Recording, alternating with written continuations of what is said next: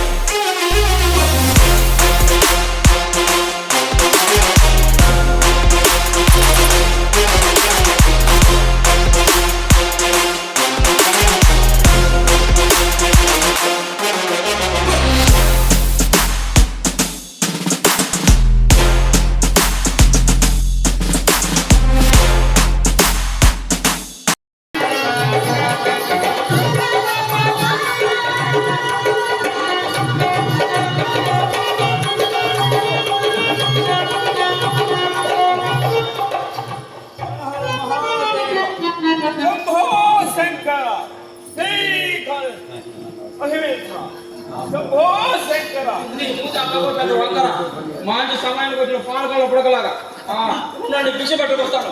ఆగో ఎందుకు ఆగమన్నారు? చిచ్చి పెట్టలేని కొడి చెప్తున్నా ఈ బస్సు భిక్ష. నువ్వు మామూలు మనిషి కాదు స్వామి, నాకు ఇద్దరు పిల్లలు సంతానం వేరే లేదు స్వామి, నీకు అన్నం పెడుతున్నావు, మామూలు మనిషి కాదు స్వామి. ఈ బస్సు వేసుకుని అవమానపరుచుకుంటున్నావా? మీరు లోపలికి వెళ్ళకూడదని మా రాజుగారు ఆజ్ఞ. ఎందుకు? అది మా రాజుగారు ఆజ్ఞ. ఎవరో రాదు. ఎవరు అని ఏమనుకున్నావు? కార్యవతి మహారాజు గారు ఏమనుకున్నావు? అమ్మా ఎవరైనా మమ్మల్ని లోపలికి కోరితే మీరు అంతే. సాధు సత్సంగులు సత్వర పరిపాలనలు బస్వేశ్వరుడు కూడానా? స్వామి నువ్వు అర్థం కాకుండా స్వామి, నువ్వు మామూలు మనిషి కాదు కాబట్టి స్వామి, ఎవరైనా సరే మా రాజుగారు ఆజ్ఞ పాటించాల్సిన నా విధి కదా, అందుకే అన్నాను భిక్ష పట్టుకొస్తాను. అదంతా ముందుగానే నేను మొదలు సంతానం ఇవ్వండి. మరి మీ మహిమతోటి ఏమన్నా నాకు సంతానం నీకు సంతాన విహీనుడివి నేను చెప్పిన కోసం ముందు నీకంటే ఓ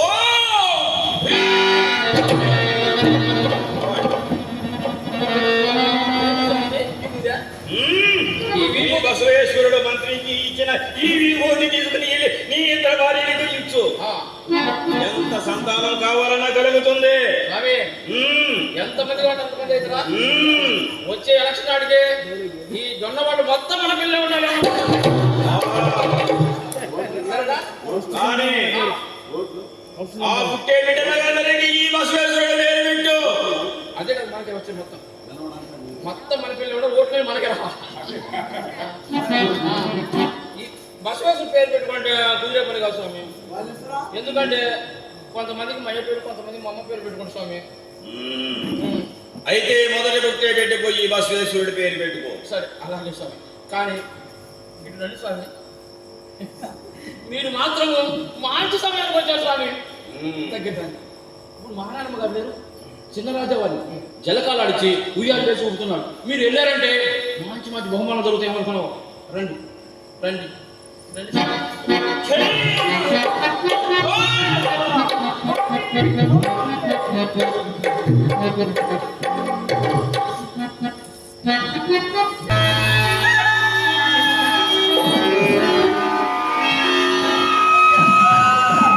చెప్పామని ఈ పూట పూర్తిగా వస్తామైన ఏమిటో కథ తగినది తెలిసిందా? అదుగు వచ్చినదా పాపం? మరి ఎంత ముక్కుమంతను ముచ్చాడివి. అవునండి, ఎవరి మాటల వరకే ఇప్పుగానే ఉండను. ఈ పూట ఎవరో తప్పక పైకం ఇచ్చారన్నారని నమ్మకంగా చెప్పి వెళ్ళినందున మా అమ్మ నోరు కట్టవచ్చును కదా అని ఇదిగో మహా సంతోషంతో ముస్తాబై కూర్చున్నందుకు కలిగిన ఫలితం ఇది. అయినా ఏమి పాపము, ప్రాణ సమానముగా ప్రేమించను మగవారు ఆడవారును నమ్మరు కదా. నిన్ను నమ్మని వారు నిర్మాణమైపోవు కాక ఏదో హాస్యమల కన్నా మాట అంత అదుగెందుకో. హాస్యమైనా హద్దులు వడల మండ హాస్యమా ఏమిటి? సరే పని వాడు ఎందుకు వచ్చాడు? వాడెవడు? వాడు సుఖసేమి ఎందుకు వచ్చాడు? నాటిని గురించి మీకెవరు చెప్పినారు? నేనే చూశాను. వీధుకు మనం వచ్చిన స్వామి వచ్చినది వచ్చినది ఎరటకు మనం వచ్చిన సో అడాల తలుపు తెచ్చుకొని అడాలు బయటకు వచ్చినాడు. ఇప్పుడు అతను చూసి నేను నన్ను చూసి అప్పుడు తెల్లబోయినాను. ఆ తర్వాత అతనికి అదుగాను కలుగుకున్నట్టు కొంత దూరం కోడి బొమ్మలు ఆడుతూ పోయినాను. ఆ పని రాకల గురించి ఇతను అడిగే ఉండను, కానీ తానేమి చెప్పినా తెలియక నేనేమన్నా చిక్కే కదా. ఇవియే కదా వెలయాన్ని తెలివితేటలు, వెల్లడి సై ఘటములు. కానీ ఈ ద్రవ కూడా తప్పించేసారు. ఏమండి ఎందుకు ఏతైతున్నారని మీరు అతన్ని అడిగకపోయినారా? అడిగారు. ఏమన్నాడు? వచ్చారని చెప్పినాడు. చెప్పారు కదా. ఇక తమ సందేహం ఏమిటి? నా సందేహమా? అడగమందువా? అడిగినా కోపగించినావు కదా. మాట మేడం కావాల్సి వచ్చిన వాడు విచ్చలవిడిగా ఈదుకుని పోక అదురుచు పెదవచ్చు పెరగకుండా పోవడమే నా సందేహం. అలాంటి మాటలు అడిగితేనే కోపం వచ్చేది. అయినా అంత దూరం నుండి వచ్చారుగా, మీకే ఎదురయ్యాడుగా. ఎందుకు వచ్చామని వారినే నిలేసి అడగచ్చుగా. అడిగేవాడిని. ఎంతలో నా చిన్ననాటి స్నేహితుడు కనిపించినందువలన అడగడానికి అవకాశం లేకుండా పోయింది. సరే జరిగిందేదో నేనే చెప్తాను వినండి. ఏమండి మేడము కొరకు వచ్చిన వారిని మా అమ్మ వెంట పెట్టుకుని మేడం ఇంటికి తెచ్చినది. వచ్చిన వారిని మర్యాద చేసే ధర్మమేగా. ధర్మమే. అందరికి కూర్చున్నమని కుర్చీ వేసి తాముల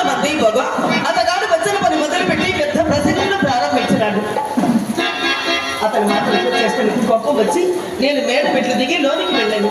మా అమ్మ నా మనసు కనిపెట్టి తోట చూపులకు అనే మిషన్ మీద పెరటిలోనికి తీసుకుని వెళ్ళి ఆ దారి నుండి అమ్మకి సాగనప్పింది. నమ్మండి నమ్మకమండి, నడిచిన సంగతి ఇదేనండి. రాస్కెల్, ఈయనే పెరిగిపోడు. అర్థం చేశాడా? ఎట్లా వచ్చలేదు, పెరటి దారి నుండి వెళ్ళి పంపించేశారు. నీ మాట వినవగా నీ వెళ్ళలేదు నలుసంత అబద్ధమాడమనే నా నమ్మకం. నేను మీ తోటని కాదండి, ఎవరి తోటనో అబద్ధములాడను. అందుకేగా ఈ చింతామణి ఈ కొలుమును పుట్టవలసింది కాదు. పెద్దలు పిల్లలు శ్లాఘించుటకు ఇదియే కారణము. సందేహమేమి సందేహమేమి ఎవరి మాట ఎలా ఎన్నిసార్లు సేకరించలేదు.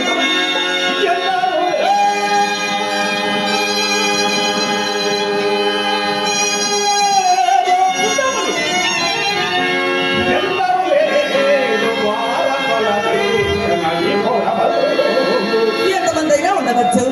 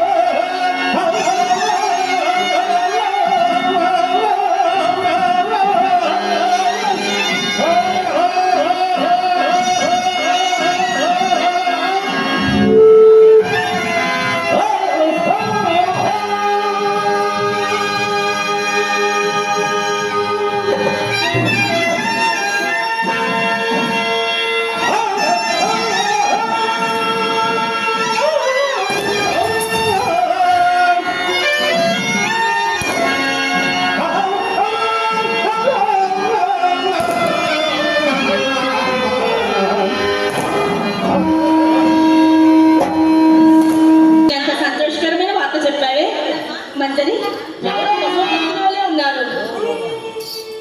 భిక్ష వేసినాము.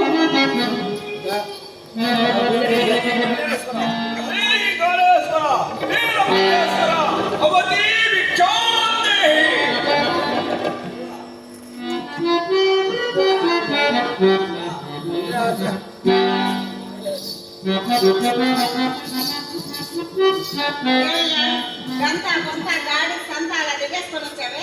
ఒక్కపోయినయ్యా పాము ముసుబాలు లాంటి చీరలు కట్టుకున్న మాకే ఎక్కడెక్కడ ఒక్క కోసం పిల్లలు అవుతున్నాం.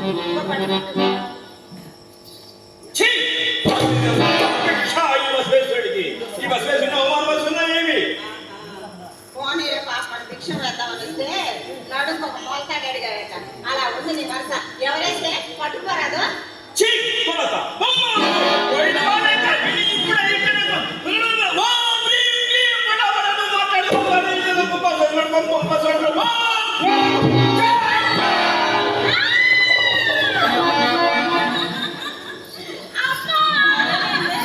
చూడమ్మా అర్థం కాని మాస్టర్ గట్టు సచ్చినోడు సచ్చినోడని అంటున్నాడమ్మా. ఏంటి అర్థం కావట్లేదు. మంచిది. అమ్మా చెప్పలు వేసుకో అసలు కొత్తలు కోపంలో కొంచెం సంబరాలు కట్టిపోతుంది అలాగేనమ్మా వస్త్రదానం అన్నది ఏంటి భూదానం అన్నది ఏంటి గోదానం అన్నది ఏంటి నాకేం అభ్యంతరం లేదు కానీ ఈ బసవ భక్తుడిని చూస్తే నాకు నమ్మకం కలగడం లేదమ్మా తెల్లవారుజామున సందు గుందులు దొంగ కోళ్ళు కొట్టుకునే మొహం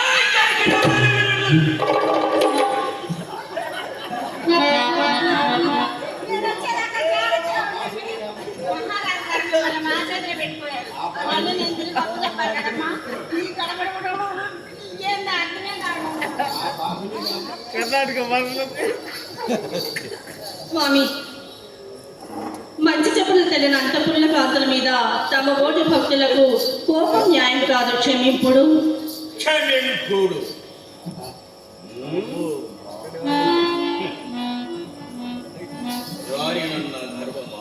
శివ శివ రాణివాసును కలవకుడు కర్మ కలగదు స్వామివారు రాణివాసును పరీక్షించుచున్నారేమో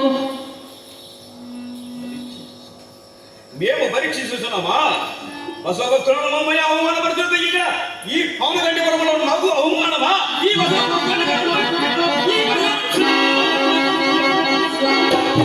ఈ గీత దాటి వచ్చినకు నా ప్రాణేశ్వరుని ఆజు లేదంటే ఇది అవమానం తలంచిన నేనేమనగలను స్వామి నేనేమనగలను ఈ గీత దాటి యువతలకు వచ్చి భిక్ష చేస్తావా లేదా ఈ బసవభక్తుని అవమానపరిచి ఇక్కడి నుంచి వెళ్ళిపోమంటావా చెప్పము స్వామి భర్త ఆజ్ఞను జవదాటుట పానగంటి రాళ్ళు వాడుకునే లేని మాట స్వామి స్వామి సూర్య